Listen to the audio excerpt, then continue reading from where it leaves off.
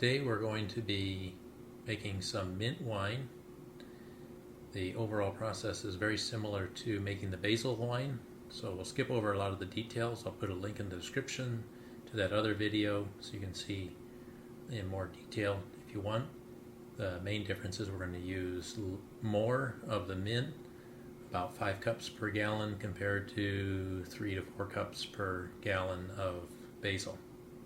So all of the leaves have been destemmed and we're ready to clean them, and then we're going to go to the next step.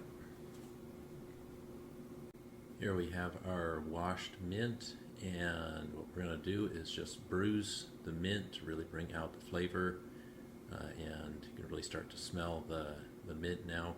We'll do that with all the mint that we'll be using to make our tea. So we'll see the next step. We'll put it into our pot of boiling water. We have our 2 gallons of water that's simmering now. We brought it to the boil to pasteurize it, but also to we need to have heated water to make our tea. So we'll just throw in the 10 cups of mint and we'll stir that all up, and we'll let that steep for 2 days. So we'll see you in 2 days after we have a nice big pot of mint tea. It has been 2 days and our mint tea is ready. We have strained out the mint leaves, and these will go into the compost bin. And we're left with our tea. We're gonna warm that up and add the sugar now. We're going to use 6 pounds of sugar just because we started with 2 pounds. We started with 2 gallons of water and about 10 cups of mint leaves. So if you're making just a 1 gallon batch, just cut all these in half. We'll have a recipe in the description showing what we've used. The kitchen's very minty right now, so it smells great. But we're going to warm this up, just bring it up to a simmer and add the sugar. We're just going to warm it up enough to help dissolve the sugar, that's all. Alright, so the sugar is in. We put in the 5 pounds of sugar, about a third of it, stirred it, another third, stirred it, and the final third, so it's all nice and dissolved.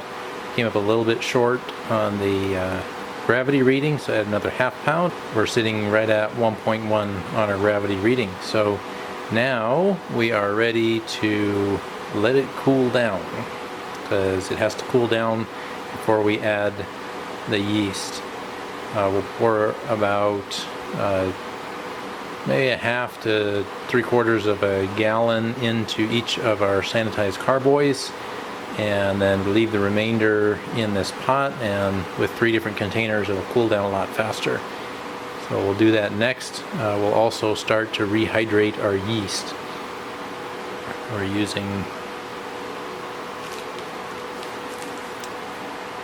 Red Star yeast, Champagne Yeast. Okay, so I kind of fast forward through a lot of that process because it was very similar to the basil wine we did. We're just using mint instead of basil. Into the sanitized carboy, we put the wine tannin, acid blend, some yeast nutrients, poured in the mint tea to let it cool down. Once it cooled down, we then poured in the rehydrated yeast, gave it a good shake to oxygenate it, filled up each bottle with the remainder of the mint tea, and you can see it's already starting to bubble. Put in the stopper and airlock. So now the only thing we have left to do is label and date these bottles so we can remember what it is. A month from now we'll have forgotten what was in here.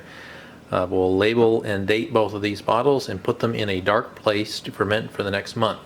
So in a month we'll pull them out and likely rack them, and they'll go for secondary fermentation.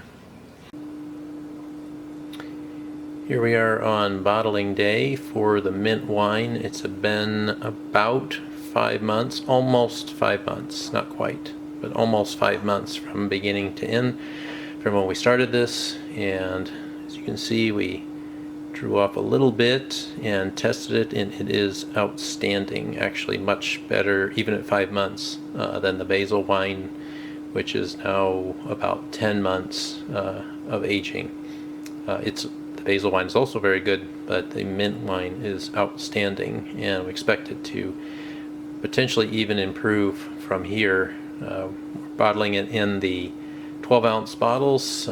See, the first gallon jug is already bottled, and we're about to bottle this second 1 gallon, and should get about maybe 18, 19, 12-ounce bottles out of these. In the corner there you can see some cherry mead that was also bottled recently and just needs to be put away to age, just in case you're wondering what that is in the background. If I was going to choose one or the other, I would take the mint wine any day, because it is so good even after only 5 months of aging. Or actually not even 5 months of aging, just 5 months from start to where we are right now. So I hope you give this a try if you're into brewing your own wine. Hope you give this a try, because the results were great. So have a great day.